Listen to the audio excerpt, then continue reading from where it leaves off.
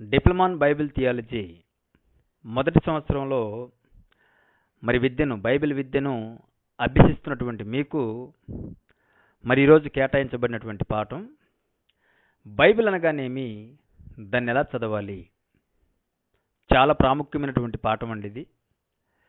Bible గురించి ఎన్నో విషయాలు మీరు ఈరోజు పాఠంలో తెలుసుకుంటారు కనుక పాఠాన్ని చాలా శ్రద్ధగా మీరందరూ కూడా వినాలి. ప్రతి మాటని మీరు చక్కగా నోట్ చేసుకోవాలి. పాఠం పేరు మరొకసారి, బైబిల్ అనగానేమి, దాన్ని ఎలా చదవాలి. ఇదే ఈరోజు మనం నేర్చుకోబోతున్నటువంటి పాఠం. ప్రియమైన దేవుని వాళ్ళరా, బైబిల్ అనగా బైబిల్ అన్నది ఒక ఇంగ్లీష్ పదం. బైబిల్ అన్నది ఒక ఇంగ్లీష్ పదం. ఈ బైబిల్ అన్నది గ్రీకు భాషల నుండి తర్జుమా చేయబడినటువంటి పదమే ఈరోజు మనం బైబిల్ అని పిలుచుకుంటున్నటువంటి ఒక ఇంగ్లీష్ పదం. దీన్ని గ్రీకు భాషలో బిబ్లాస్ అని అంటారు. ఏమంటారు చెప్పండి? దీన్ని గ్రీకు భాషలో బైబిల్ని బిబ్లాస్ లేదా బిబ్లియా అని కూడా పిలుస్తారు. ఈ రెండు సేమ్ నేమ్స్. బిబ్లాస్ అన్నది సింగిల్ నెంబర్ని సూచిస్తుంది, అలాగే బిబ్లియా అన్నది క్లోరల్ నెంబర్ని సూచిస్తుంది. అంటే ఏకవచనం బహువచనం అంటాం కదండి, ఆ విధంగా. అంటే పుస్తకాల సముదాయము అన్న అర్థాన్ని కలిగినటువంటి ఈ రెండు పదాలలో నుంచి పుట్టినటువంటి పదమే బైబిల్. బిబ్లాస్ లేదా బిబ్లియా అనగా పుస్తకాల సముదాయము అని అర్థం. ఆ గ్రీకు పదంలో నుంచి ఒక ఇంగ్లీష్ పదంగా బైబిల్ అనే పదం ఈరోజు మనం పిలుచుకుంటున్నాం. అయితే దానినే తెలుగులో అనగా బైబిల్ని తెలుగులో పుస్తకాల సముదాయము లేదా గ్రంథము లేదా పరిశుద్ధ గ్రంథం అని కూడా మనం చెప్పుకోవచ్చు. అయితే బైబిల్ అన్న పదం లేదా బైబిల్ అనేటటువంటి పదానికి నిర్వచనంగా ఈ మాటలన్నీ కూడా మీరు భావించాలి. అనగా బైబిల్ అన్న పదానికి ఈ మాటలన్నీ కూడా నిర్వచనంగా మీరు తీసుకోవాలి. ఇకపోతే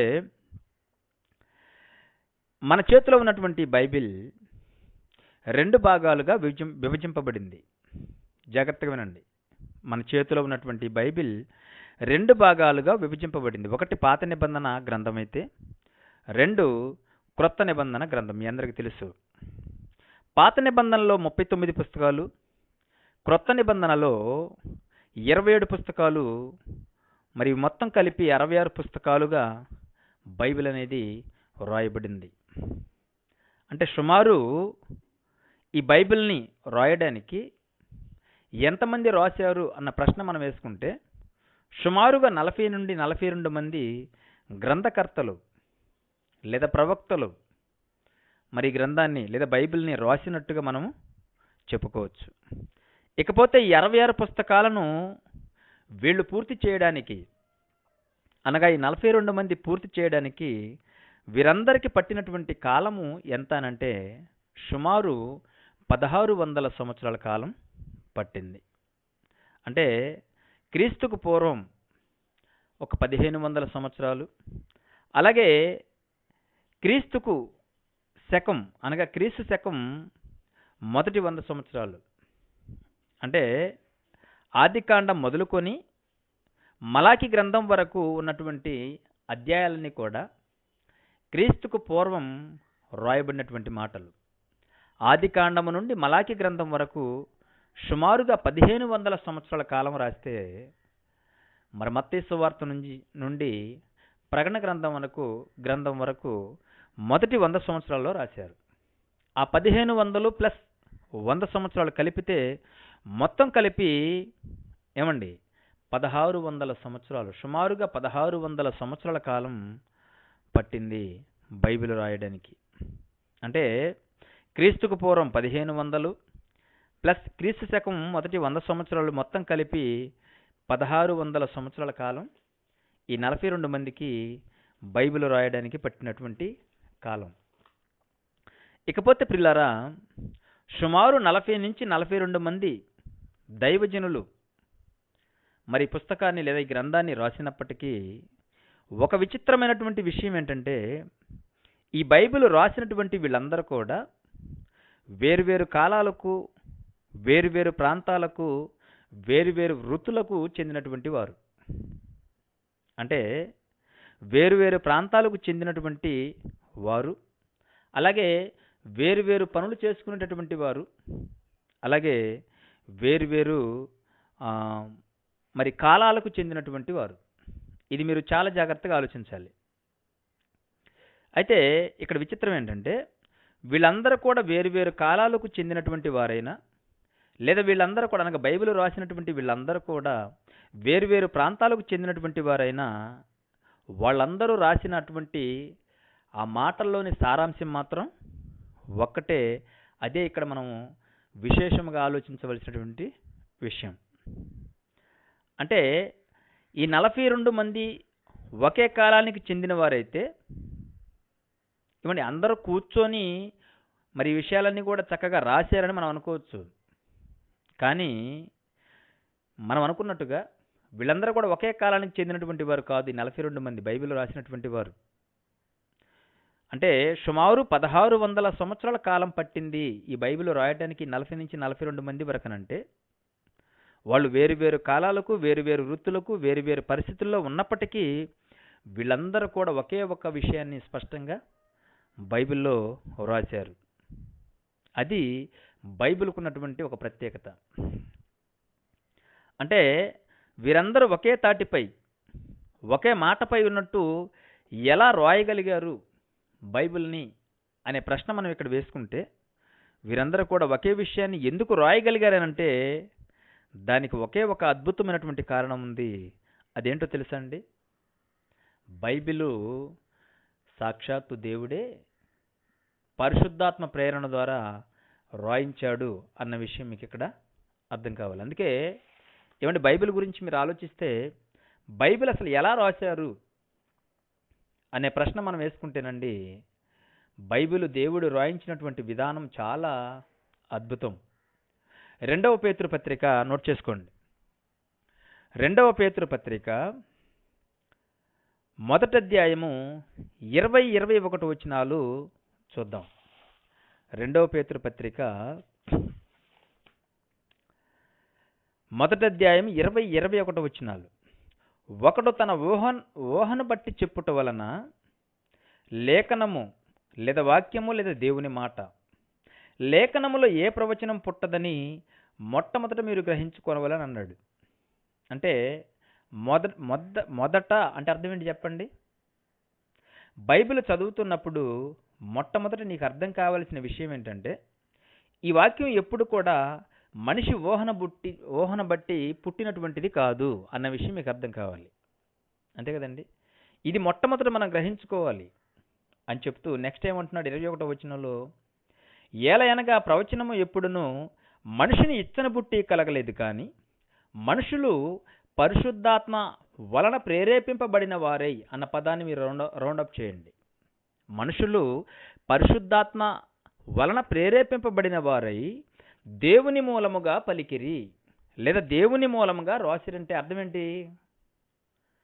అంటే దాని అర్థం ఏంటంటే ఈ బైబిల్లో ఉన్నటువంటి మాటలన్నీ కూడా దేవుని మూలముగానే వీళ్ళందరూ కూడా రాశారు. ఈ 40 నుంచి సుమారు 42 మంది కూడా. అంటే పరిశుద్ధాత్మ దేవుడు వీళ్ళందరూ కూడా వేరువేరు కాలాలకు లేదా వేరువేరు వృత్తులకు, వేరువేరు ప్రాంతాల్లో ఉన్నప్పటికీ ఈ ప్రవక్తలందరి నోట ఆయన ఒక్కడే అనగా పరిశుద్ధాత్మ దేవుడు ఒక్కడే పలికించాడే తప్ప వీళ్ళకై వీళ్ళ ఊహను బట్టి బైబిల్ ఇప్పుడు కూడా రాయలేదన్న విషయం మీకు ఇక్కడ అర్థం కావాలి.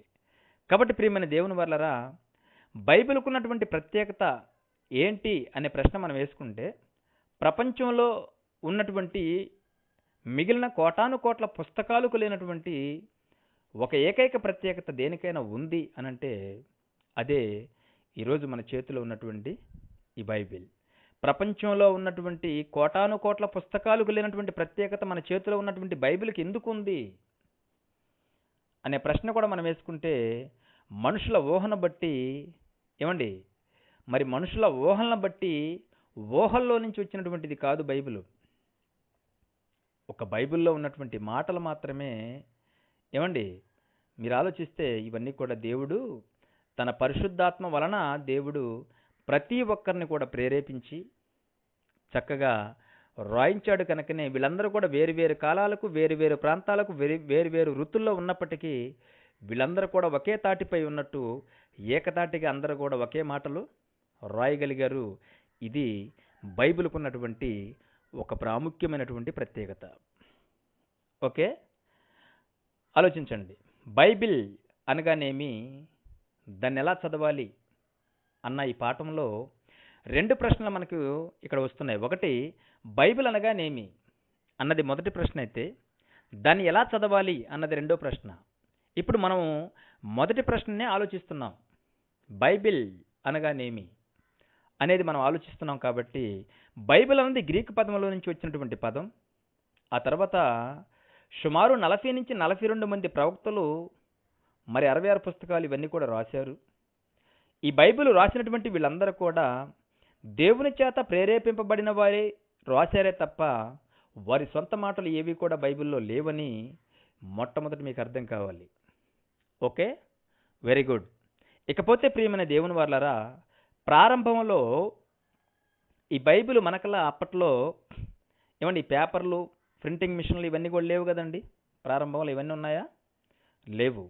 ప్రారంభంలో ఈ లేఖనాలను లేదా దేవుని మాటలను మరి ఎలా రాశారో తెలుసా అండి? చెట్ల బెరడల పైన రాశారు. ప్రారంభంలో ఈ మాటలన్నీ కూడా చెట్ల బెరడల పైన రాసేవారు. ఆలోచించాలి, చెట్ల బెరడల పైన రాసేవారంటే బాక్స్ ఆఫ్ ట్రీస్ అంటారు ఇంగ్లీష్లో దీన్ని. అర్థమైందా? అంటే ప్రారంభంలో చెట్ల బెరడల పైన వీటిని రాసేవారు. తర్వాత చర్మపు కాగితాలపైన ఈ మాటలు రాయడం జరిగింది. ప్రారంభంలో చెట్ల బెరడలపైన రాశారు. ఆ తర్వాత కాలంలో చర్మపు కాగితాల మీదకు తీసుకొచ్చారు ఈ మాటల్ని. చర్మపు కాగితాలు అనగా జంతువుల చర్మపు కాగితాలపై ఈ మాటలు రాయడం అన్నది జరిగింది. ఏమండి, మొదట్లో చెట్ల బెరడలపైన, తర్వాత మరి చర్మపు కాగితాలపైన ఈ మాటలు రాయడం జరిగింది అని నేను చెప్తున్నాను. కాబట్టి చర్మపు కాగితాలలో ఈ మాటలు రాశారు అని అనుటకు ఒక చిన్న మాటను మనం బైబిల్లో చూద్దాం. జాగ్రత్తగా చూడండి. తిమోతికి రాసినటువంటి 2వ పత్రిక, జాగ్రత్తగా చూడండి. తిమోతికి రాసినటువంటి 2వ పత్రిక 4వ అధ్యాయము 12-13 వచనాలు కలిసి ఉంటాయి. జాగ్రత్తగా చూడండి, నేను చదువుతున్నాను. తిమోతికి రాసినటువంటి 2వ పత్రిక 4వ అధ్యాయము 12-13 వచనాలు. నీవు వచ్చునప్పుడు నేను త్రోయలో కరుపునద్ద ఉంచిన అంగీని, పుస్తకములను, ముఖ్యంగా చర్మపు కాగితములను తీసుకొని రమ్ము అంటున్నాడు పౌలు గారు. ఏమండి, ఏ కాగితాలను తీసుకొని రమ్మంటున్నాడు చెప్పండి? చర్మపు కాగితాలను తీసుకొని రమ్మని పౌలు గారు అంటున్నాడనంటే ఆ రోజుల్లో ఈ మాటలన్నీ కూడా దేని మీద రాసినట్టుగా మనకు అర్థమవుతుంది చెప్పండి? ఇప్పుడు చర్మపు కాగితాలపైన రాసినట్టుగా మనకి ఇవి అర్థమవుతున్నాయి. Okay, right. ఇకపోతే ప్రియమైన దేవుని వాళ్ళరా, ఇలా చెట్ల బెరడలపైన లేదా చర్మపు కాగితాలపైన వారు రాసినటువంటి మాటలను వాళ్ళు చుట్టలుగా చుట్టి ఆ కాలంలో భద్రపరుచుకునేవారు. మీకు అర్థమైందా? మళ్ళీ చెప్తున్నాను. ఆ రోజుల్లో ఈ దేవుని మాటలను మొదట్లో చెట్ల బెరడలపైన రాశారు. తర్వాత కాలంలో చర్మపు కాగితాలపైన రాసినటువంటి మాటలను చుట్టలుగా చుట్టి, ఏమంటే ఆ కాలంలో వీటన్నిటిని కూడా చుట్టలుగా చుట్టి భద్రపరుచుకునేవాళ్ళు. అంటే గ్రంథపు చుట్టలుగా చుట్టి భద్రపరుచుకునేవాళ్ళు, స్టోర్ చేసేటటువంటి వాళ్ళు.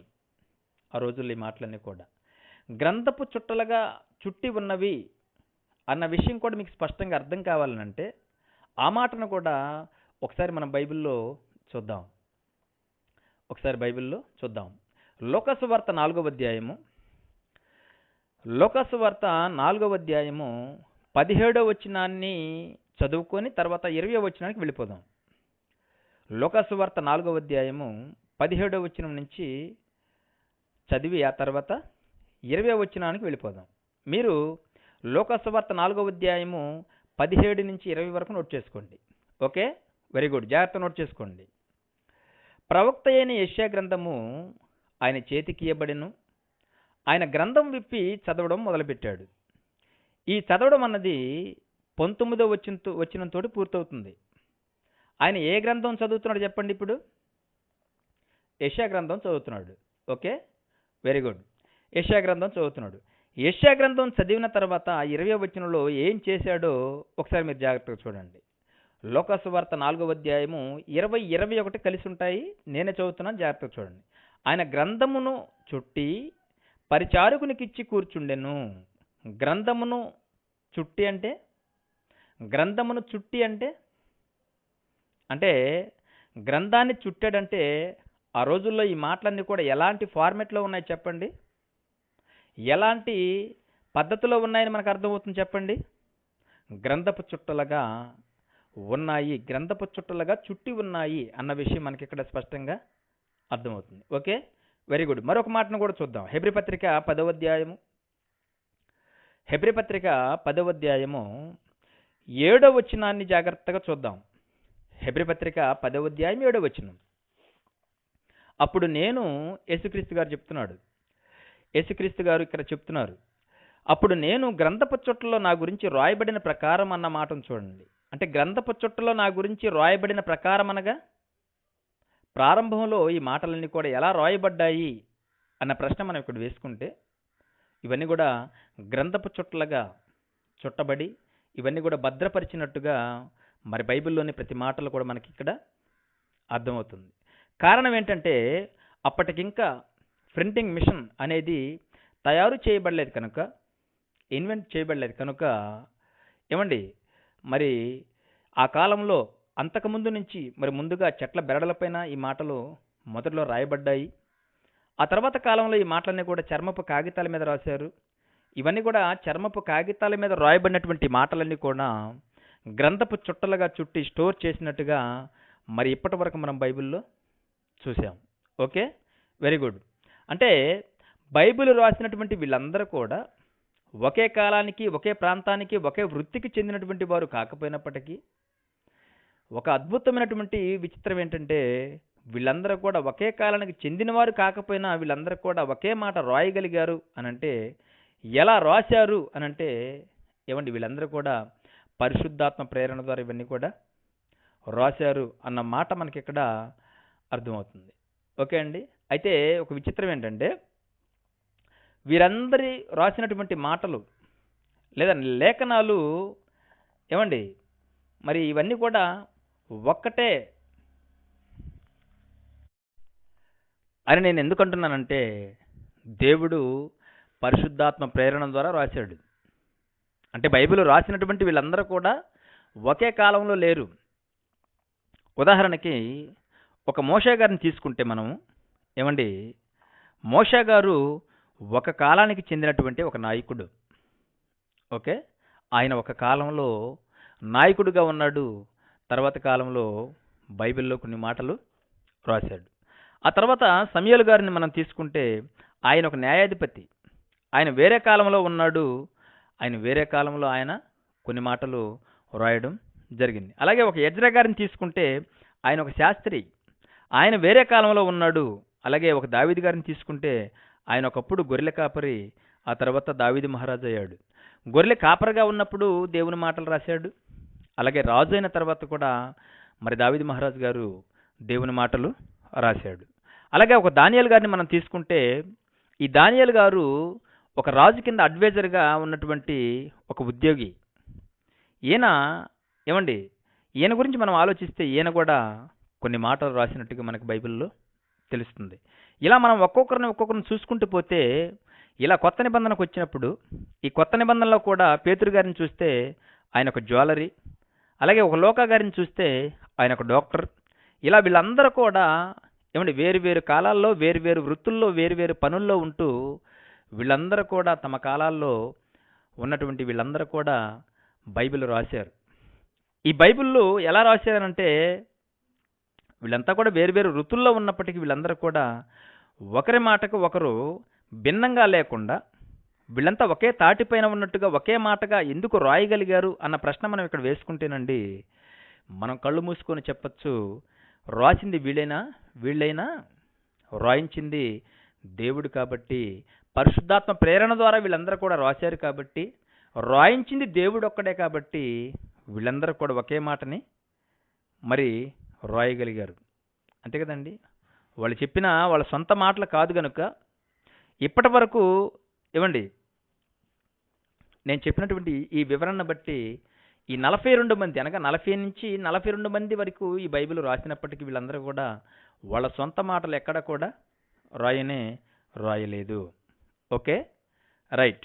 ఇది నేను ఇప్పటి వరకు మీకు ఇచ్చినటువంటి ఈ వివరణ అంతా కూడా బైబిల్ అనగానేమి అన్న మొదటి ప్రశ్నకే జవాబిచ్చాను. బైబిల్ అనగానేమి అన్న మొదటి ప్రశ్నకే మనం ఇప్పటి వరకు జవాబు ఆలోచించాం. అంతే కదండి. ఇప్పటి వరకు ఏం వివరణ ఇచ్చాను మీకు అనండి. బైబిల్ అనగానేమి అన్న మొదటి ప్రశ్ననే మనం ఇప్పటి వరకు ఆలోచిస్తున్నాం.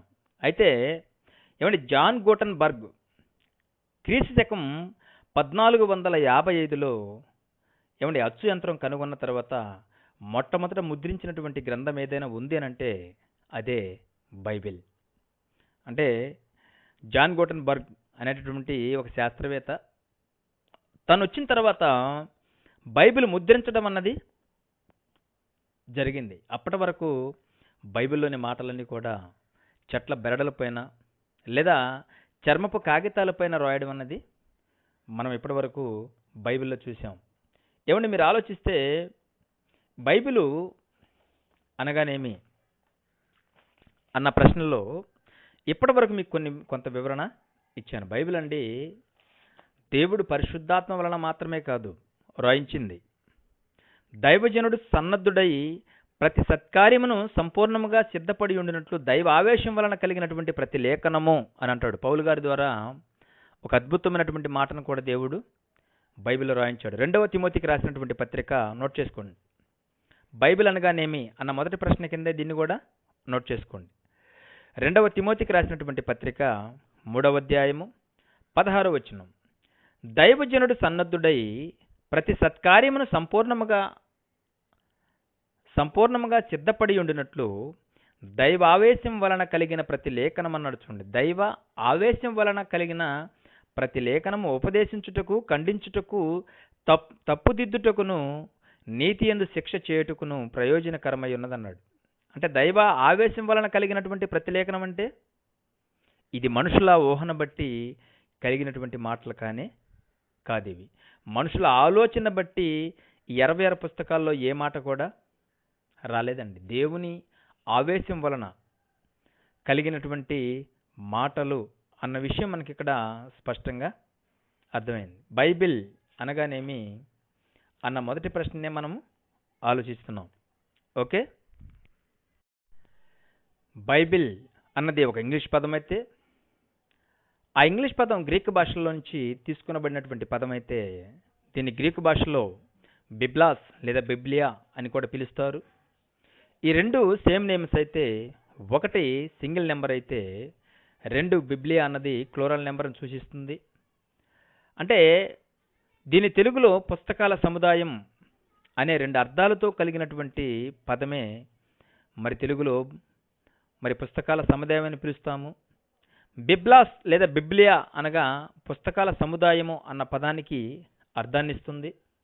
ఇందులో 1 కొత్త నిబంధన, 2 పాత నిబంధన, ఇలా 2 భాగాలుగా విభజింపబడి ఉంటుంది బైబిలు అని 66 పుస్తకాలుగా, అనగా ఆదికాండము నుంచి మలాకి గ్రంథం వరకు 39 పుస్తకాలు అయితే, మరి మత్తయి సువార్త నుంచి ప్రకటన గ్రంథం వరకు 27 పుస్తకాలు అయితే, మొత్తం కలిపి 66 పుస్తకాలుగా దేవుడు మరి బైబిల్ని రాయించాడని, ఈ బైబిలు 40 నుంచి సుమారు 42 మంది రాశారని, వీళ్ళందరూ కూడా ఇందులోని ప్రతి మాట కూడా వారి మాటగా కాకుండా దేవుడే మరి పరిశుద్ధాత్మ ప్రేరణ వలన ఈ మాటలన్నీ కూడా రాయించాడని, ప్రతి మాట కూడా దైవ ఆవేశం వలన కలిగినటువంటి లేఖనం అని మరి బైబిల్ అనగానేమి అన్న మొదటి ప్రశ్నలో మీరు జవాబులు ఇప్పటి వరకు నోట్ చేసుకున్నారు. Okay, very good. ఇప్పుడు సెకండ్ పాయింట్కి వెళదాం. బైబిల్ ఎలా చదవాలి? బైబిల్ అనగానేమి, దాన్ని ఎలా చదవాలి అన్నది రెండో ప్రశ్న. బైబిల్ ఎలా చదవాలి? ఇదే మీరు బ్రాకెట్లో పెట్టుకొని సెకండ్ పాయింట్ కింద నోట్ చేసుకోండి. ఏమండి, బైబిల్ మనం ఎలా చదవాలి, ఎలా చదివితే మనకు బైబిల్ అర్థమవుతుంది అని మీరు ఆలోచిస్తే, ముందుగా బైబిల్ ఎలాంటి ఫార్మెట్లో లేదా ఏ స్టైల్లో రాయబడిందో మీకు అర్థమైతే అప్పుడు బైబిల్ ఎలా చదవాలో మీకు చాలా తేలికగా అర్థమవుతుంది. నా మాటలు మీకు అర్థమవుతున్నాయా? మళ్ళీ బైబిల్ ఎలా రాయబడిందో ముందుగా మనకు అర్థమైతే అప్పుడు బైబిల్ ఎలా చదవాలన్నది మనకు చాలా ఈజీగా అర్థమవుతుంది. కనుక బైబిల్ అసలు ఎలా రాయబడిందో మనం ఆలోచిద్దాం. అంతే కదండి. బైబిల్ ఎలా చదవాలి, ఎలా చదివితే బైబిల్ అర్థమవుతుంది అన్న సెకండ్ పాయింట్ మనం ఆలోచిస్తున్నాం. ముందుగా బైబిల్ ఎలాంటి ఫార్మెట్లో లేదా ఎలాంటి స్టైల్లో రాయబడిందో అది మీకు అర్థం కావాలి. అది మీకు అర్థమైతే అప్పుడు బైబిల్ ఎలా చదవాలన్నది మీకు చాలా తేలికగా ఆ క్యూ పాయింట్ అనేది మీకు అర్థమవుతుంది. కనుక ముందుగా బైబిల్ ఎలా రాయబడిందో అన్న ఫార్మెట్ను మనం చూద్దాం. యెషయా గ్రంథం జాగ్రత్త నోట్ చేసుకోండి. యెషయా గ్రంథం 28వ అధ్యాయము 13వ వచనంలో 2వ భాగాన్ని జాగ్రత్తగా చూడండి. యెషయా గ్రంథం 28వ అధ్యాయము 13వ వచనంలోని 2వ భాగం. ఆజ్ఞ వెంబడి ఆజ్ఞ, ఆజ్ఞ వెంబడి ఆజ్ఞ, సూత్రం వెంబడి సూత్రము, సూత్రం వెంబడి సూత్రము, కొంత ఇచ్చట కొంత అచ్చట యెహోవా వాక్యము మీకు వచ్చునన్నాడు. అంటే బైబిల్లో ఉన్నటువంటి లేఖనాలన్నీ కూడా ఒకే చోటు లేవని ఈ మాటను బట్టి మనకు స్పష్టంగా అర్థమైంది. అంటే మరి లేఖనాలన్నీ కూడా ఒకే చోట లేవు అని అంటే దాని అర్థం ఏంటి? మరి బైబిల్ని మనం ఎలా చదవాలి అన్నది మీకు ఇక్కడ అర్థం కావాలి. అందుకే కింద యెషయా గ్రంథం 34వ అధ్యాయాన్ని చెప్పాడు. యెషయా గ్రంథం పక్క పేజీ, యెషయా గ్రంథం 34వ అధ్యాయము 16వ వచనాన్ని మీరు చూస్తే అప్పుడు బైబిల్ ఎలా చదవాలన్నది మీకు అర్థమవుతుంది. అంటే ఆజ్ఞం వెంబడి ఆజ్ఞ, ఆజ్ఞం వెంబడి ఆజ్ఞ, సూత్రం వెంబడి సూత్రము, సూత్రం వెంబడి సూత్రము, కొంత ఇచ్చట కొంత అచ్చట యెహోవా వాక్యం మీకు వచ్చిన అర్థం ఏంటి? బైబిల్లో ఒక విషయం అంతా కూడా ఒకే చోట లేదని, 66 పుస్తకాల్లో దేవుడు క్రోడీకరించి రాశాడని, మనము ఏదైనా ఒక విషయం గురించి మనం ఆలోచించినప్పుడు ఆ విషయం మరి బైబిల్లో ఉన్నటువంటి అన్ని మాటలను బట్టి మనం తీసుకోవాలని ఇక్కడ మనకి స్పష్టంగా అర్థమవుతుంది. అయితే యెషయా గ్రంథం 34వ అధ్యాయము 16వ వచనాన్ని మీరు జాగ్రత్తగా చూడగలిగితే అక్కడ బైబిల్ ఎలా చదవాలన్నది దేవుడు రాయించాడు. యెహోవా గ్రంథమును అనగా బైబిల్ని పరిశీలించి చదువుకొనుడి అని అన్నాడు. అంటే బైబిల్ని పరిశీలించి చదవాలి. అంటే బైబిల్ని పరిశీలించి చదివినప్పుడే బైబిల్ మనకు స్పష్టంగా అర్థమవుతుంది. అంటే ఏదో మరి తేలికగా మనం బైబిల్ని ఎప్పుడు కూడా పరిశీలించకూడదు. బైబిల్లోని మాటలు నేర్చుకొని మరి దేవుని మాటలు మన హృదయంలోకి నిండి ఉన్నప్పుడు ఏమన్నప్పుడు మనకి పరలోకం పొందుకునేటటువంటి అవకాశం ఉంటుంది. కాబట్టి లేఖనాలను మనం పరిశీలించి పరిశోధించాలి. అంతే కదండి. యెహోవా గ్రంథమును పరిశీలించి చదువుకోమని ఎవరు చెప్తున్నారు చెప్పండి? రాసింది ఏమండి, బైబిల్ రాసింది యెషయా గారు అయినప్పటికీ యెషయా గారు ఏమని చెప్తున్నాడు? ఇది నా గ్రంథం కాదు, దేవుని గ్రంథం, కాబట్టి ఇందులోని ప్రతి మాటని మీరు పరిశీలించి పరిశోధించుడి అని అన్నాడు. యెహోవా గ్రంథమును పరిశీలించి చదువుకొనుడి అన్న పదాన్ని వేశాడు. అంటే దేవుని గ్రంథాన్ని మనం పరిశీలించి చదవాలంటే అర్థం ఏంటి? అసలు పరిశీలించి చదవడం ద్వారా మనకు వచ్చే లాభం ఏంటి? ఇది కూడా మీరు ఆలోచించాలి. యోహాను సువార్త 5వ అధ్యాయము 39వ వచనాన్ని కూడా జాగ్రత్తగా నోట్ చేసుకోండి. యోహాను సువార్త 5వ అధ్యాయము 39వ వచనం. లేఖనముల యందు మీకు నిత్యజీవం కలదని తలంచుచు వాటిని పరిశోధించుచున్నారు అని అన్నాడు. అంటే లేఖనముల యందు ఏముందట? మనకి నిత్యజీవం ఉందట. లేఖనముల యందు మీకు నిత్య జీవం కలదన్నాడు. అంటే ఇప్పుడు దేవుని మాటలను బట్టి మనకి ఏం లాభం వస్తుంది చెప్పండి నేర్చుకోవడం ద్వారా? వాటిని పరిశీలించి పరిశోధిస్తే నిత్య జీవం మనకు దొరుకుతుంది. అంటే లేఖనాల పరిశోధన ద్వారా మనకేం దొరుకుతుంది చెప్పండి ఇప్పుడు? అదే పరలోకం. పరలోకం అనగా నిత్య జీవం మనకి దొరుకుతుంది. అంటే దేవుని గ్రంథాన్ని పరిశీలించి ఇలా ఎందుకు చదవాలి అని మనం ఒకసారి ప్రశ్న వేసుకుంటే, లేదా ఎందుకు చదవాలి ప్రభు అని చెప్పి దేవుడే కనుక మనం ప్రశ్న వేస్తే, దేవుడే చెప్తున్నాడు ఇక్కడ యెషయా గ్రంథం 28వ అధ్యాయం 13లో మనం చదువుకున్నాం. ఏమని చెప్పాడు? ఆజ్ఞ వెంబడి ఆజ్ఞ, ఆజ్ఞ వెంబడి ఆజ్ఞ, సూత్రం వెంబడి సూత్రము, సూత్రం వెంబడి సూత్రము, కొంత ఇచ్చట కొంత అచ్చట యెహోవా వాక్యం మీకొచ్చును అని అన్నాడు. అంటే యెషయా గ్రంథంలో 28వ వచనం లేదా 13వ వచనంలో మనం చూసినట్టుగా వాక్యం అంతా కూడా ఏమండి అంతా ఒక చోట లేదని, కొంత ఇచ్చట కొంత అచ్చట దేవుని వాక్యం మనకు దొరుకుతుందని, మనం బైబిల్ని చక్కగా పరిశీలించి పరిశోధించాలి అన్న విషయం ఇక్కడ మనకు స్పష్టంగా అర్థమవుతుంది. అంటే బైబిల్లోని ప్రతి మాటని మనం పరిశీలించి నేర్చుకోవాలి. ఉదాహరణకి ఇప్పుడు మనం మన మరణం కోసం లేదా మన కోసం అంటే మన మరణం కోసం లేదా మన కోసం మనకు తెలియాలనుకోండి, ఎలా వెతకాలి చెప్పండి? బైబిల్లో ఆదికాండం నుండి ప్రకటన గ్రంథం వరకు నువ్వు వెతకాలి. జననం పుట్టుక నీకు తెలియాలంటే, ప్రతి మనిషి జననం పుట్టుక గురించి దేవుడు బైబిల్లో ఎలా రాయించాడు అని నీకు తెలియాలంటే ప్రతి విషయాన్ని ప్రకటన గ్రంథం వరకు నువ్వు చదవాలి. అంటే నీ బ్రతుకు గురించి నీకు తెలియాలంటే మరి ఆదికాండం నుంచి ప్రకటన గ్రంథం వరకు మనం చక్కగా చదవాలి. అంటే బైబిల్ అర్థం చేసుకోవడానికి మనం ఒకే చోట నిలబడితే నీకు బైబిల్ అర్థం కానే కాదు.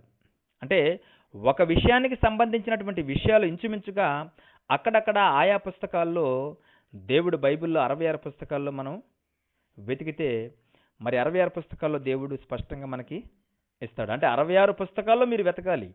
అప్పుడు నువ్వు అనుకుంటున్నటువంటి విషయం నీకు అక్కడ దొరుకుతుంది. అంటే బైబిల్ నీకు అర్థం కావాలంటే ఫర్ ఎగ్జాంపుల్ ఆలోచించండి. ఒక ఎగ్జాంపుల్ చెప్తాను, మీకు బాగా అర్థమవుతుంది. బైబిల్ ఎలా చదవాలి అన్నది మనం సెకండ్ పాయింట్ కింద ఆలోచిస్తున్నాం. జాగ్రత్తగా వినండి. ఫర్ ఎగ్జాంపుల్ బైబిల్లో ఒక విషయాన్ని మనం చదివాం. ఉదాహరణకి రక్షణ అని ఉందనుకోండి. ఈ రక్షణ అనేటటువంటి మాట గురించి నీవు బైబిల్లో చదివినప్పుడు నువ్వు చదివినటువంటి ఆ ఒక్క మాట దగ్గరే నువ్వు నిలబడకూడదు. రక్షణ అన్న మాట గురించి బైబిల్లో దేవుడు ఎక్కడెక్కడ ఎలా ఏం రాయించాడని ప్రతి సందర్భాన్ని నీవు చూడాలి. అర్థమవుతుందా? అంటే ఎక్కడెక్కడ దేవుడు రక్షణ గురించి రాయించాడో ఆ మాటలన్నీ కూడా ఒక చోటకు చేర్చుకోవాలి. అందులోని సారాంశాన్ని నువ్వు తీసుకోవాలి. ఓకే.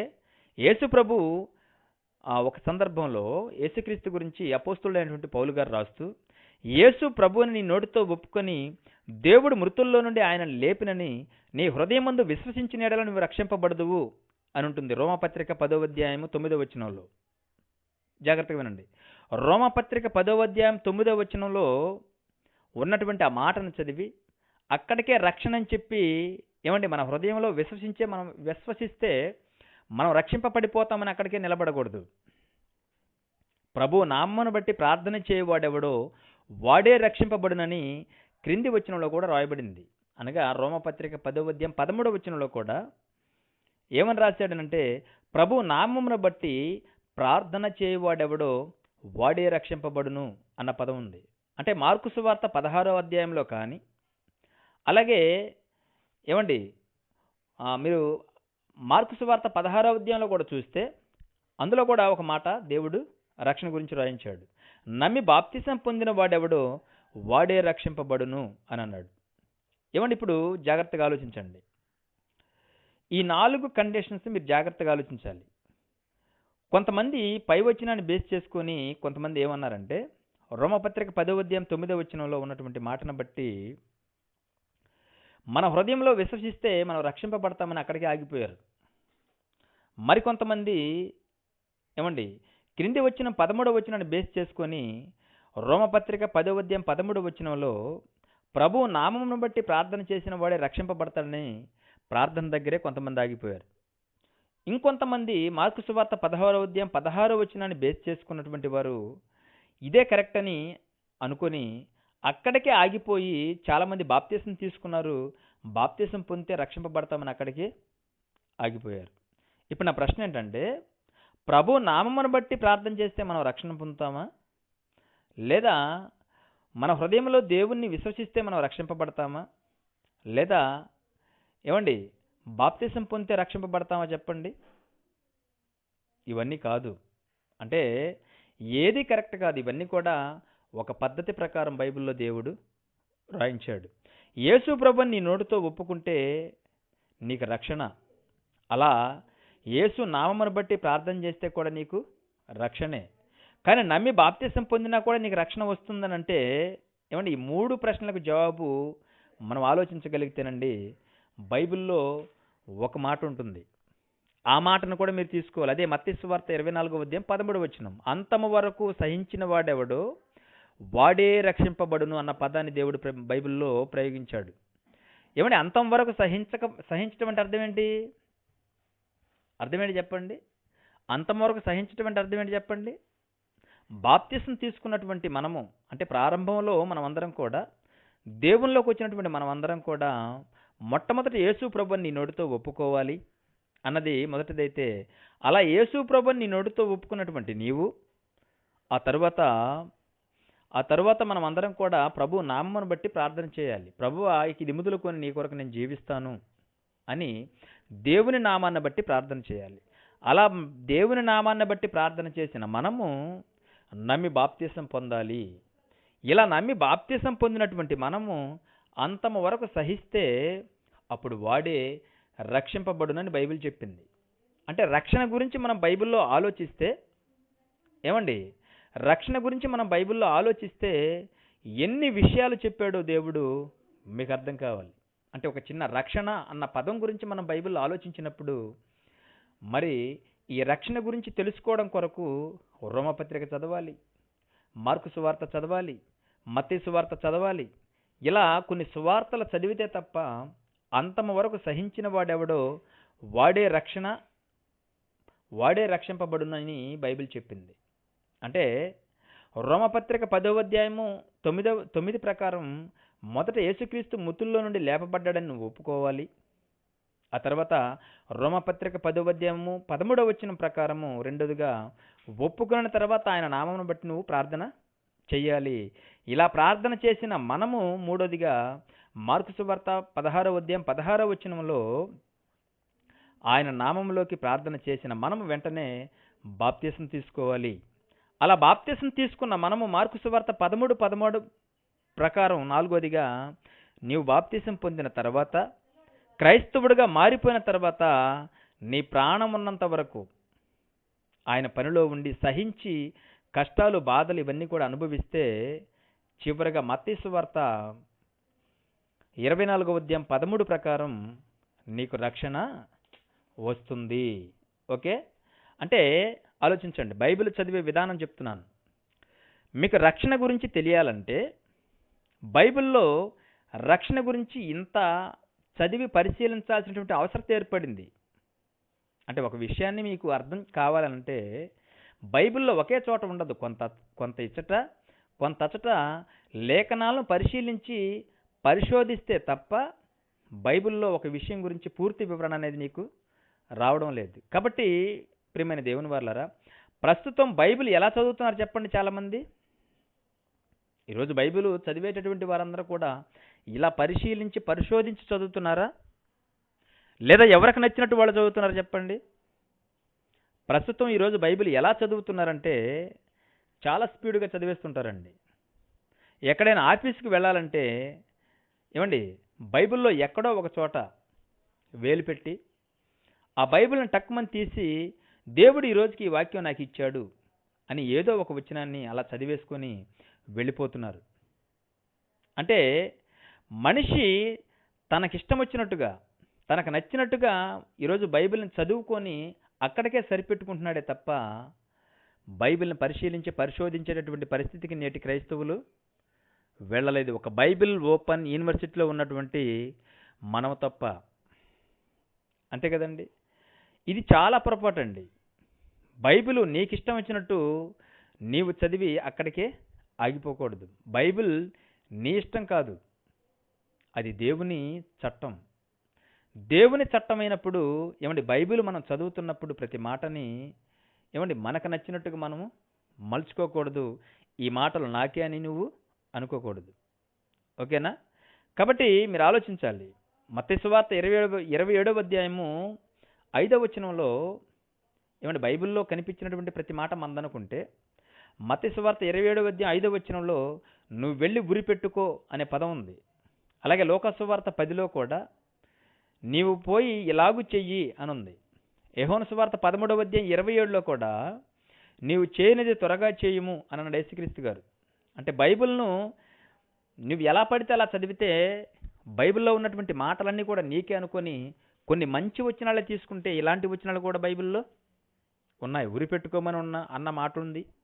అలాగే మరి నువ్వు చేసేదేదో త్వరగా చేయన అన్న మాట ఉంది. ఇవన్నీ కూడా మనకే సంబంధిస్తాయి.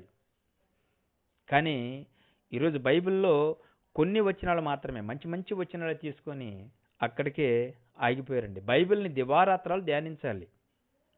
కారణం బైబిల్ మరి పరిశుద్ధ గ్రంథం కనుక. ఓకే, జ్ఞాని అయినటువంటి సొలొమోను గారు ఏమంటే సత్యం గురించి మాట్లాడుతూ ఆయన చెప్పినటువంటి మాట మీ అందరికీ తెలుసు. ప్రసంగి గ్రంథం 7వ అధ్యాయం 24వ వచనం, సత్యమన్నది బహు దూరముగాను బహులోతుగాను ఉన్నది, దానిని పరిశీలన చేయగలవాడెవడు అని అన్నాడు.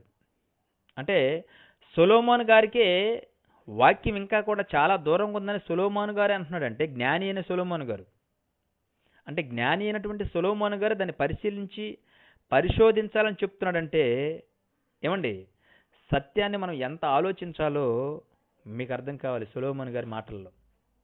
ఓకే, బైబిల్ అర్థం కావాలంటే ఫస్ట్ మీకు బేసిక్స్ తెలియాలి.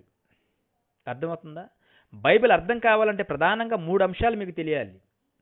ఆ 3 అంశాలు కనుక మీకు అర్థమైతే బైబిల్ ఎలా చదవాలన్నది మీకు స్పష్టంగా అర్థమవుతుంది. అర్థమవుతుందా? బైబిల్ ఎలా చదవాలి అని అంటే బైబిల్ని ఒక 3 అంశాలుగా మీరు చదవాలి. 1 కాలం అనగా టైం, 2 సందర్భం, 3 భాష అనగా లాంగ్వేజ్ భావం. అంటే ఈ 3 అంశాలు నీకు అర్థమైతే బైబిల్లో బేసిక్స్ మరి ఇవన్నీ కూడా స్టార్ట్ అవుతాయండి. అర్థమవుతుందా? అంటే బేసిక్స్ ఏవైతే ఉన్నాయో స్టార్టింగు అవి నీకు అర్థమవుతాయి. అప్పుడు నీకు ఏమండి ఇప్పుడు మీరు బైబిల్ చదివే విధానంలో మనము 10th ఎప్పుడు చదవాలి, అలాగే 12th ఎప్పుడు చదవాలి, అలాగే డిగ్రీ ఎప్పుడు అనే విషయాలు ఇవన్నీ కూడా మనకు అర్థమవుతాయి. అర్థమవుతుందా? మొదటిగా మీరు ఆలోచిస్తే ఈ 3 భాగాలని 3 భాగాలుగా మీకు చెప్తాను నేను. 1 కాలం, 2 సందర్భం, 3 భాష అనగా లాంగ్వేజ్. ఇది మనము మొదటిగా టైంను ఆలోచిద్దాం. బైబిల్ని టైం ప్రకారం చదవాలని చెప్పాను నేను. టైం అంటే కాలాన్ని బట్టి. ఈ కాలాన్ని బట్టి బైబిల్ని ఎలా చదవాలన్నది ఒక మాట మనం చూద్దాం. 1 పేతురు పత్రిక 1వ అధ్యాయము 10-11 వచనాలు జాగ్రత్తగా చూద్దాం. 1 పేతురు పత్రిక నోట్ చేసుకోండి. 1వ అధ్యాయము 10-11 వచనాలు జాగ్రత్తగా చూద్దాం. 1 పేతురు పత్రిక 1వ అధ్యాయం 10-11 వచనాలు.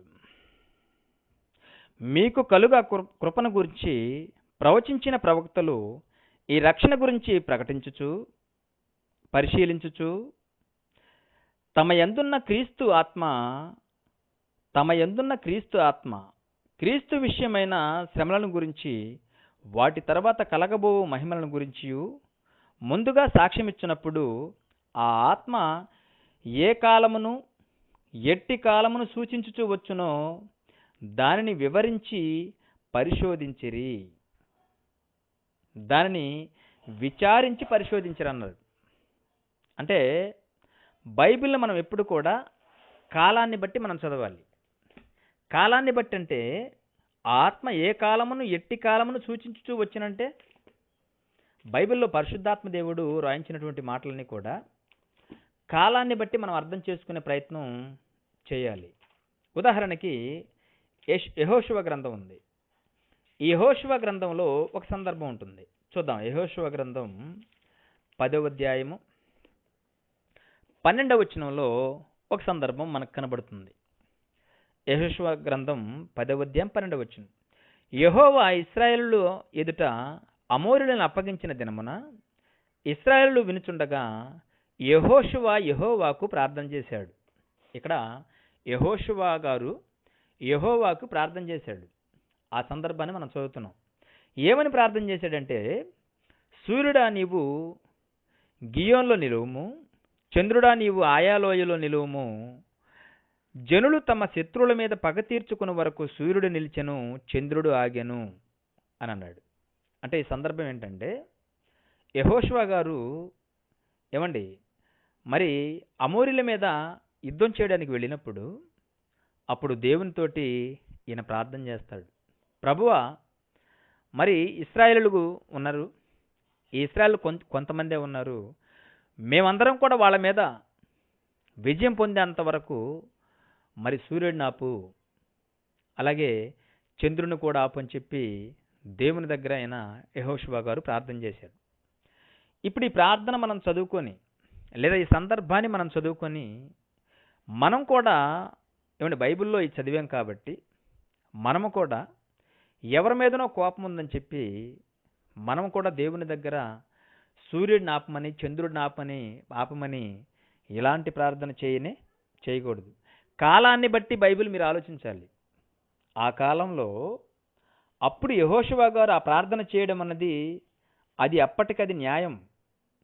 కానీ నేడున్నటువంటి మనకి అనగా కొత్త నిబంధనకు వచ్చిన తర్వాత కొత్త నిబంధనలో మనమందరం కూడా ఎలా ఉండాలి లేదా ఎలాంటి మాటలు మనం బైబిల్లోనివి తీసుకోవాలి అని అంటే, మనం ఈరోజు మనకి వేరే వాళ్ళ మీద కోపం ఉంటే సూర్యుడిని ఆపమని అడగడం కాదు. మనం ఏం చేయాలి అని అంటే ఎఫెసీ పత్రిక 4వ అధ్యాయము 26వ వచనాన్ని చూడండి. ఎఫెసీ పత్రిక 4వ అధ్యాయము 26వ వచనం. కోపపడుడి కానీ పాపం చేయకుడి అని అంటూ సూర్యుడు అస్తమించేంత వరకు మీ కోపం మీలో నిలిచి ఉండకూడదు అన్నాడు. చూడండి. అంటే ఇప్పుడున్నటువంటి ఈ కాలంలో మనకి ఇతరుల మీద కోపం ఉండటం కాదు. ఒకవేళ మనకి ఇతరుల మీద కోపం ఉన్నా మనము సూర్యుడిని ఆపమని దేవుణ్ణి అడగడం కాదు. సూర్యుడు అస్తమించే లోపల మనలో ఉన్నటువంటి కోపాన్ని తీసేసుకోవాలి. దీనినే కాలాన్ని బట్టి బైబిల్ మనం చదవడం అని అంటారు. అంటే కాలాన్ని బట్టి బైబిల్ని ఎప్పుడు కూడా మనం చక్కగా ఆలోచిస్తూ చదవాలి తప్ప బైబిల్లో కనిపించినటువంటి ప్రతి మాట దగ్గర మనం నిలబడి ఇది నాకు ఎందుకు వర్తించదు అన్న విషయాన్ని అక్కడ మనం ఎప్పుడు కూడా ఆలోచించకూడదు. యెహోషువ గ్రంథం 10వ అధ్యాయం 12లో దేవుడికి లేదా దేవునికి యెహోషువ గారు చేసినటువంటి ప్రార్థన ఆ కాలానికి సంబంధించింది. కానీ ఈ కాలంలో అనగా ఇప్పుడు మనం కృపాకాలంలో ఉన్నాం కాబట్టి, కొత్త నిబంధన కింద మనం ఉన్నాం కాబట్టి ఇప్పుడు బైబిల్లో ఉన్నటువంటి ఆ మాట మనకు వర్తించదు. ఓకే. అలాగే యెషయా గ్రంథం 7వ అధ్యాయము 7వ అధ్యాయం 14వ వచనాన్ని కూడా మీరు ఆలోచించండి. ఇవన్నీ కూడా కాలం అన్న మొదటి పాయింట్ కింద మీరు నోట్ చేసుకోండి. యెషయా గ్రంథం 7వ అధ్యాయం 14వ వచనం. కన్నిక గర్భవతి అయి కుమారుని కని అతనికి ఇమ్మానుయేలని పేరు పెట్టును అనుంది. కన్నిక గర్భవతి కుమారుని కని అతనికి ఇమ్మానుయేలని పేరు పెట్టబడును అని ఉంది. అయితే ఈ వచనాన్ని చదివినటువంటి మనము బైబిల్లో ఇదే వచనం దగ్గర నిలబడి కన్నిక గర్భవతి కుమారుని కని అతనికి ఇమ్మానుయేలని పేరు పెడుతుంది కదని చెప్పి అక్కడే మనం వెయిటింగ్ లిస్ట్లో ఉండకూడదు. ఆల్రెడీ కన్నిక గర్భవతి కుమారుని కనింది, ఆ కుమారునికి ఇమ్మానుయేలని పేరు పెట్టబడింది. ఆయనే యేసుక్రీస్తు గారు. ఆయన మరణించి తిరిగి లేచి శిలువ మరణం పొంది పరలోకానికి వెళ్ళడం కూడా జరిగింది. అంటే బైబిల్‌లో ఒక వచనాన్ని మనం చూసినప్పుడు, ఆ వచనం ఆ కాలానికి సంబంధించిందిగా మనం భావించాలి. మరి దీనికి ఆన్సర్ ఏంటి అనంటే, మత్తయి సువార్త మొదటి అధ్యాయం 22, 23 వచనాలు. ఇదిగో కన్యక గర్భవతి అయి కుమారుని కనును, ఆయనకి ఇమ్మానుయేలు పేరు పెట్టబడును అని ప్రభు తన ప్రవక్త అనగా యెషయా ద్వారా పలికినటువంటి ఈ మాట నెరవేరినట్లు ఇదంతా కూడా జరిగెను అని అన్నాడు. అంటే బైబిల్‌లో ఒక మాటని మనం తీసుకున్నప్పుడు, ఆ మాట ఏ కాలానికి సంబంధించింది అన్నట్టుగా మనం ఆలోచించాలి. ఆ కాలానికి సంబంధించిన విధంగా దాన్ని మనం అర్థం చేసుకునే ప్రయత్నం చేయాలి. కాలం అనగానే మీరిక్కడ ఒక విషయాన్ని గుర్తుపెట్టుకోవాలి. ఆదాము గారి నుండి మోషే గారి వరకు అది ఒక కాలం. దానిని పితరుల కాలం అనవచ్చు. అలాగే మోషే గారి కాలం నుండి యేసుక్రీస్తు గారు వచ్చేంత వరకు ఉన్నటువంటి కాలమే ధర్మశాస్త్ర కాలం అండి. అంటే యేసుక్రీస్తు గారు వచ్చి తిరిగి వెళ్ళి మరలా రెండో రాకడలో యేసుప్రభు వచ్చేంత వరకు కూడా ఇప్పుడు మనం ఏ కాలంలో ఉన్నాం చెప్పండి? యేసుప్రభు మనకు అప్పగించినటువంటి కొత్త నిబంధన కాలంలో ఉన్నాము. అంటే మనమంతా కూడా ఇప్పుడు ఏ కాలంలో ఉన్నాం చెప్పండి? కొత్త నిబంధన కాలంలో ఉన్నాం. మీరు బైబిల్‌లో ఉన్నటువంటి ఆ మాటలు చదివేటప్పుడు కొత్త నిబంధనలో మనం ఉన్నామా? లేదా మరి ఆదాము గారి నుండి మోషే గారి వరకు ఉన్నటువంటి ఆ కాలంలో మనం ఉన్నామా? లేదా మోషే గారి కాలం నుండి యేసుక్రీస్తు గారు వచ్చేంత వరకు ఉన్నటువంటి ధర్మశాస్త్ర కాలంలో ఉన్నామా అని ఈ విభజన అనేది మనకు ఖచ్చితంగా మరి బైబిల్ చదివేటప్పుడు మనకు అర్థం. అంతే కదండి. ఇప్పుడు కొత్త నిబంధనలో మీరు ఆలోచిస్తే పాత నిబంధనలో ఒక మాట ఉంటుంది. పాత నిబంధనలో మాటకి కొత్త నిబంధనలో మాటకి వ్యత్యాసం మీకు అర్థం కావాలంటే, పాత నిబంధనలో వ్యభిచారం చేస్తే పాపం అన్నాడు యేసుక్రీస్తు గారు. అదే కొత్త దేవుడు. అంతే కదండి. పాత నిబంధనలో వ్యభిచారం చేస్తే తప్పు అన్నాడు దేవుడు. అదే కొత్త నిబంధనకు వచ్చిన తర్వాత ఏమన్నాడు చెప్పండి యేసుక్రీస్తు గారు? నువ్వు వ్యభిచారం చేయడం అన్నది పక్కన పెట్టు, మోహపు చూపుతో నువ్వు ఎవరినైనా చూస్తే ఇప్పుడు ఏమైపోయినట్టు చెప్పండి? మనం పాపం చేసిన దానితోటి పరిగణించాడు దాన్ని. అంటే కొత్త నిబంధనలో ఉన్నదాన్ని మనం తీసుకోవాలి తప్ప, పాత నిబంధనలో వ్యభిచారం చేయమన్నాడుగా, వ్యభిచారం చేసి నేను తప్పు చేస్తానని అక్కడ నువ్వు ఆగిపోకూడదు. అర్థమవుతుందా? కాబట్టి బైబిల్ని కాలాన్ని బట్టి మనము అర్థం చేసుకోవాలి. కాలాన్ని బట్టి బైబిల్ని విభజించి చదువుకోవాలి. ప్రతి మాటని చక్కగా అర్థం చేసుకోవాలి. ఇది మొదటిది కాలం అన్నదాన్ని మనం చూసాం. ఇక రెండోది ఏంటంటే 3 విషయాలు చెప్పాను నేను మీకు. 1 కాలం, 2 సందర్భం, 3 భాష అనగా భావం. భాషలో ఉన్నటువంటి భావం మనకు అర్థం కావాలి. అది మూడోది. ఇకపోతే మనం రెండో విషయాన్ని మనం ఆలోచిద్దాం. రెండోది ఏంటంటే సందర్భం. ఏమండి సందర్భం అనగానే ఇక్కడ 3 విషయాలు మీకు గుర్తుకు రావాలి. సందర్భం అనంటే మనం బైబిల్ చదువుతున్నప్పుడు ఎప్పుడు కూడా బైబిల్లో ఒక విషయాన్ని మనం ఆలోచించేటటువంటి విషయంలో ఎలాంటి స్థాయికి వెళ్ళాలి అనంటే 3 విషయాలు ఎప్పుడు కూడా మీరు గుర్తుపెట్టుకోవాలి. సందర్భం అనగానే సందర్భం ఏంటంటే ఎవరు మాట్లాడుతున్నారు, నెక్స్ట్ ఎవరితో మాట్లాడుతున్నారు, నెక్స్ట్ మరి ఎవరితో మాట్లాడుతున్నారు, ఇది మీకు అర్థం కావాలి. అంటే బైబిల్లో ఒక మాటని మనం చదువుతున్నప్పుడు ఎవరు మాట్లాడుతున్నారు, ఎవరితో మాట్లాడుతున్నారు, ఎవరి గురించి మాట్లాడుతున్నారు, ఈ 3 విషయాలు మీకు అర్థం కావాలండి. అర్థమైందా? ఈ 3 విషయాలు మీకు అర్థమైతేనే అక్కడ ఉన్నటువంటి సందర్భం మీకు అర్థమవుతుంది. అంతేనా? వెళదాం. మీకు ఇది అర్థం అవడం కోసం ఒక రెఫరెన్స్ ఇస్తాను. అపోస్తల కార్యములు 8వ అధ్యాయము 38వ వచనాన్ని జాగ్రత్తగా చూద్దాం. అపోస్తల కార్యములు 8వ అధ్యాయము 30వ వచనాన్ని చూద్దాం. నపుంసకుని గురించినటువంటి సందర్భం. ఇది మీ అందరికీ కూడా తెలిసినటువంటి సందర్భం. ఈ సందర్భాన్ని మీరు ఆలోచిస్తే ఇక్కడ ఒక విషయం మీకు అర్థమవుతుంది. అదేంటంటే అపోస్తల కార్యములు 8వ అధ్యాయము 30 నుంచి 31 వచనాలు చూద్దాం. 30 నుంచి 31 వచనాలు. అతడు ప్రవక్త అయిన యెషయా గ్రంథము చదువుచుండగా విని నీవు చదువుచున్నది గ్రహించుచున్నావా అని అడుగగా అన్నాడు. అంటే నపంసకుడు ఇతడు ఒక అన్యజనుడు. ఈ నపంసకుడు యెషయా గ్రంథం చదువుతున్నాడు, మనందరికీ తెలుసు. అయితే ఇతను యెషయా గ్రంథం చదువుతున్నప్పుడు ఇతనికి అర్థం కాకపోతే అప్పుడు ఆయన అడుగుతున్నాడు. అప్పుడు ఫిలిప్పు గారు అడుగుతున్నాడు. ఏమని అడుగుతున్నాడు అంటే 30వ వచనంలో, అతడు ప్రవక్త అయిన యెషయా గ్రంథం చదువుచుండగా విని నువ్వు చదువుచున్నది గ్రహించుచున్నావా అని అడుగగా అతడు, ఎవడైనను నాకు త్రోవ చూపకుంటే ఎలాగూ గ్రహింపగలనని చెప్పి రథమెక్కి తనతో కూడా కూర్చుండమని ఫిలిప్పును వేడుకొనెను అని అన్నాడు. అంటే అర్థం ఏంటంటే, ఎవడైనను తోవ చెప్పకపోతే నాకు ఎలా తెలుస్తుందంటే, ఇప్పుడు యెషయా గ్రంథం చదువుతున్నాడు, ఎవరితో మాట్లాడుతున్నాడు అన్నది ఇక్కడ ఆయనకు అర్థం కాలేదు.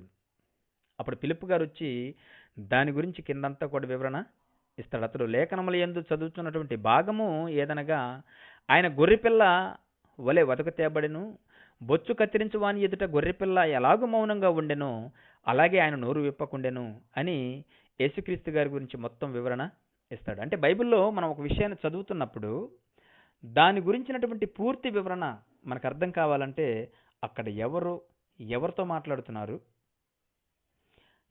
ఎవరి గురించి మాట్లాడుతున్నారు అన్నది, ఆ సందర్భం అన్నది మనకు అక్కడ ఖచ్చితంగా అర్థం కావాలి. అలా అర్థమైనప్పుడు మనకి ప్రతి విషయం చక్కగా అర్థమవుతుంది. అంతేకాని బైబిల్లో ఒక విషయాన్ని చదివి ఈ విషయం నాకే చెప్పాడు దేవుడు అని చెప్పి నువ్వు అక్కడికి ఆగిపోకూడదు. అలా ఆగిపోతే అసలు బైబిల్ నీకు ఎప్పటికీ అర్థం కాదు. బైబిల్లోని మాటలు అర్థం చేసుకునేటటువంటి స్థాయికి నువ్వు ఎప్పుడు కూడా రాలేవు. ఉదాహరణకి ఆదికాండం 12వ అధ్యాయం 1 నుంచి 2 వచనాలు ఉంటాయి. అప్పుడప్పుడు చాలామంది చదువుతుంటారు, చాలామంది బోధకులు, పాస్టర్లు. ఆదికాండం 12వ అధ్యాయం 1 నుంచి 2 వచనాలు, నీవు లేచి నీ దేశము నుండి, నీ బంధువుల యొద్ద నుండి, నీ తండ్రి ఇంటి నుండి బయలుదేరి నేను చూపించు దేశమునకు వెళ్ళమన్నాడు. అంటే బైబిల్లో ఏమండి ఈ మాట ఉందని చెప్పి ఈ మాట నాకే చెప్పాడని నువ్వు అనుకోకూడదు. అది ఆ రోజు అబ్రహాము గారికి దేవుడిచ్చినటువంటి మాట. అది అబ్రహాము గారిని వెళ్ళమంది ఒక పక్క ఊరికి కాదు, దేశాన్నే విడిచిపెట్టి నేను చూపించే దేశానికి నువ్వు వెళ్ళు అన్నాడు. అంతే కదండి. దేశానికే వెళ్ళమన్నాడంటే ఇది మనకు సంబంధించిందా? కాదు. అంటే బైబిల్ అన్నది ఏమండి ఎప్పుడు కూడా ఆలోచించి మనం చదవాలి. అర్థమవుతుందా? ఆలోచించి మనం చదవాలి. ఇప్పుడు ఉదాహరణకి యేసుక్రీస్తు గారు ఉన్నారు. యేసుక్రీస్తు గారు ఒకరోజు పేతురుని పిలిచి, పన్ను కట్టడానికి వచ్చారు కదా, నువ్వు వెళ్ళి ఏం చేస్తావంటే వల వేసి ఒక చేపను పట్టుకో. ఆ చేప నోట్లో ఏం దొరుకుతుందంటే ఒక షెకెల్ దొరుకుతుంది. ఆ షెకెల్ తీసుకెళ్ళి పన్ను కట్టే అని చెప్పాడు యేసుక్రీస్తు. ఇది నాకు వర్తిస్తుందని నువ్వు అనుకొని ఏమండి నువ్వు వెళ్ళి కనుక ఈరోజు మరి చెరులో గాలం వేసామనుకోండి, గాలం వేసి చేప పట్టడానికి ప్రయత్నం చేసామనుకోండి, యేసుక్రీస్తు ఈ మాట నాకు చెప్పాడని చెప్పి నువ్వు వెళ్ళి చెరులో చేప కోసం గాలం వేసామనుకోండి, ఒకవేళ చేప అయితే పడుతుందేమో కానీ చేప నోట్లో షెకెలైతే ఉండదు. ఈ మాట మనకు చెప్పినటువంటి మాట కాదు. ఇది పేతురు గారికి ఆ రోజు అవసరాన్ని బట్టి యేసుక్రీస్తు గారు చెప్పినటువంటి మాట. ఓకే, కనుక ఎవరితో మాట్లాడుతున్నారు, ఎలా మాట్లాడుతున్నారు అన్నది మనకి కనీస అవగాహన అనేది ఖచ్చితంగా ఉండాలి. ప్రతి మాట సందర్భాన్ని బట్టి మనము మాట్లాడాలి, సందర్భాన్ని బట్టి మనం అర్థం చేసుకోవాలి. మత్తయి సువార్త 13వ అధ్యాయంలో పరలోక రాజ్యం గురించి యేసుక్రీస్తు గారు కొన్ని వచనాలు చెప్పాడు. పరలోక రాజ్యం గురించి చెప్పాడంటే వాటన్నిటిని మనం ఎలా తీసుకోవాలి చెప్పండి? మత్తయి సువార్త 13వ అధ్యాయంలో పరలోక రాజ్యం గురించి ఆయన చెప్తూ కొన్నిటిని పోల్చి చెప్పాడు. పరలోక రాజ్యం వేటితో పోల్చాడో తెలుసా అండి? మత్తయి సువార్త 13వ అధ్యాయం 24లో చూద్దాం. మత్తయి సువార్త 13వ అధ్యాయము 24, పరలోక రాజ్యము తన పొలములోని మంచి విత్తనం విత్తినటువంటి ఒక మనిషిని పోలి ఉన్నది అని అన్నాడు. అంటే పరలోక రాజ్యం ఇక్కడ ఒక మనిషితో పోల్చాడు యేసుక్రీస్తు గారు. అర్థమవుతుందా? మరి అదేవిధంగా మత్తయి సువార్త 13వ అధ్యాయం 31వ వచనంలో పరలోక రాజ్యం ఒకడు తీసుకొని విత్తినటువంటి ఆవగించిన పోలి ఉన్నదన్నాడు. అంటే పరలోక రాజ్యాన్ని కాస్త ఇక్కడ ఇంక దేంతో పోల్చాడు చెప్పండి? ఆవగింజతో పోల్చాడు. జాగ్రత్తగా ఆలోచించండి. అంటే మీరు ఇక్కడ ఏం తీసుకోవాలి చెప్పండి? పరలోక రాజ్యాన్ని ఆవగింజతో పోల్చడని, ఆవగింజ ఎంత ఉంటుంది చెప్పండి? చాలా చిన్నది. ఇక్కడ మీరు ఏమండి భాష తీసుకోకూడదు. అర్థమైందా? భాషని మీరు ఇక్కడ జాగ్రత్తగా భాషను తీసుకోకూడదు. భాష వెనుకున్నటువంటి భావాన్ని తీసుకోవాలి. పరలోకం గురించి యేసుక్రీస్తు గారు చెప్తున్నాడు అని అంటే ముందుగా ఏమండి పరలోకం గురించి ఒక మనిషిని చూపించాడు. ఆ తర్వాత ఆవగింజను చూపించాడు. ఆ తర్వాత ఇంకా వెన్నిటితోటో మరి పరలోకాన్ని పోల్చాడు. ఇదే మత్తయి సువార్త 13వ అధ్యాయం 44వ వచనంలో పరలోక రాజ్యము మరి ధనమును పోలి ఉన్నది అని అన్నాడు. ఇదే మత్తయి సువార్త 13వ అధ్యాయము 45వ వచనంలో మంచి ముత్యములను వెదుకు వర్తకును పోలి ఉన్నది అని అన్నాడు. ఇదే మత్తయి సువార్త 13వ అధ్యాయం 47వ వచనంలో నానా విధములైన చేపలను పట్టేటటువంటి వలన పోలి ఉన్నది అని అన్నాడు. ఇవన్నీ కూడా చెప్పిన తర్వాత ఒక మంచి మాట అడుగుతున్నాడు. ఈ మాట ఏంటంటే ఇదే మత్తయి సువార్త 13వ అధ్యాయం 51లో వీటన్నిటిని మీరు గ్రహించి ఉన్నారా అని అడుగుతున్నాడు యేసుక్రీస్తు గారు. అంటే యేసుక్రీస్తు గారికి డౌట్ వచ్చిందండి ఆ రోజు ఆయన చెప్తుంటే. అర్థమైందా? మనిషి ఎలాంటి వాడంటే మనిషి ఉన్నట్టుగా అర్థం చేసుకునేటటువంటి టైప్ మనిషి. అర్థమైందా? పరలోకం అనేది ఒక విత్తనంతో పోల్చాడు అనగానే యేసుక్రీస్తు అంత చిన్నదా అని అనుకోకూడదు. అర్థమైందా? అంత చిన్నదా పరలోకం అని అనుకోకూడదు. పరలోకం ఒక వర్తకుని అనగా ఒక వర్తకుని పోలి ఉన్నదనగానే ఈ మరి పరలోకంలో చాలా మంచి బిజినెస్ జరుగుతుందని చెప్పి అనుకోకూడదు. అక్కడ వర్తకుని పోలి ఉన్నదనగానే అంతే కదండి. పరలోకము ఒక వలన పోలి ఉన్నదంటే ఏమండి అక్కడ వల తీసుకోకూడదు మనం. ఇవన్నీ కూడా రూపక అలంకారంగా దేవుడు బైబిల్లో వ్రాయించాడు. బైబిల్లో అనేక చోట్ల రూపక అలంకారంగా వ్రాయబడ్డాయి ఈ మాటలన్నీ కూడా. అర్థమైందా? రూపక అలంకారంగా అంటే అర్థం ఏంటి? నీకు తెలియని దానిని నీకు చూపించడం కోసం నీకు తెలిసినటువంటి మరొక దాన్ని నీకు చూపించడమే రూపక అలంకరణ అంటారు దాన్ని. అంతే కదండి. రూపక అలంకారంగా రాయబడ్డాయి. అందుకే ఏమండి మీకు తెలియని దాన్ని మీకు తెలియచేయటమే రూపక అలంకారం. పరలోకం ఎలా ఉందో మనం చూడలేదు. అంతే కదండి. పరలోకం ఎలా ఉందో మనం చూడలేదు కనుక నువ్వు చూసినటువంటి వాటిని నీకు చూపించి నువ్వు చూడనటువంటి ఆ పరలోకాన్ని ఎగ్జాంపుల్గా నీ ముందు పెట్టాడు యేసుక్రీస్తు గారు. అర్థమైందా? నువ్వు చూడనటువంటి ఆ పరలోకం నీకు చూపించడం కొరకు నువ్వు చూసినటువంటి మనిషిని చూపించాడు. నువ్వు చూడనటువంటి ఆవగింజని అంటే నువ్వు ఎప్పుడు చూసేటటువంటి ఒక ఆవగింజను చూపించాడు. పిండిని చూపించాడు. వర్తకుడిని చూపించాడు. ఇవన్నీ కూడా నీకు అర్థమైతే పరలోకం ఎలా ఉంటుందో నువ్వు కింద ఉన్నటువంటి ఆ ఉదాహరణలను బట్టి పరలోకం ఎలా ఉంటుందని నీకు అర్థమైపోతుంది. అంటే ఇవన్నీ కూడా నీకు అర్థమవుతాయని దేవునికి ఆశ. ఓకేనా?